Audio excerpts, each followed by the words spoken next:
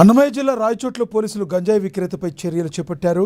విశ్వసనీయ సమాచారం మేరకు తనిఖీలు చేపట్టిన పోలీసులు బీహార్కు చెందిన వ్యక్తిని అదుపులోకి తీసుకుని అతని వద్ద నుంచి భారీగా గంజాయిని స్వాధీనం చేసుకున్నారు. ఈ సందర్భంగా హార్మద్ కుమార్ అనే వ్యక్తి వద్ద నుంచి 1.100 కిలో గంజాయిని స్వాధీనం చేసుకున్నట్లు పోలీసులు తెలిపారు.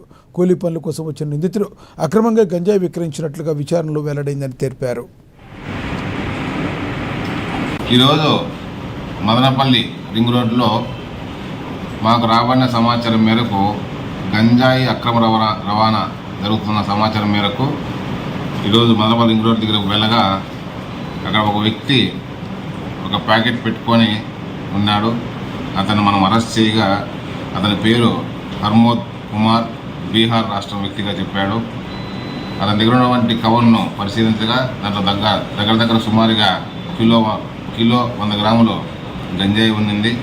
ఇతను యాక్చువల్గా అతను ఈ గంజాయి తెచ్చుకోవడం జరిగింది. ఈ గంజాయి అతను తాగుతాడు, అదేవిధంగా ఇతరులు కూడా అమ్మేదానికి ప్రయత్నించగా అతన్ని మనం పట్టుకోవడం జరిగింది. ఈ సందర్భంగా రాయచూరులో ఉన్నటువంటి అందరూ కూడా ఎవరైతే కాంట్రాక్ట్ పనులు చేయించే వాళ్ళు, హోటల్స్ యజమానులు, వీళ్ళందరికీ కూడా ఇంతకు పూర్వమే ఒకసారి మేము పోలీస్ తరఫు చెప్పి ఉన్నాము. అంటే అన్ని డాక్యుమెంట్లు తీసుకొని వారిని మీరు పనిలో నియమించుకోవాలి.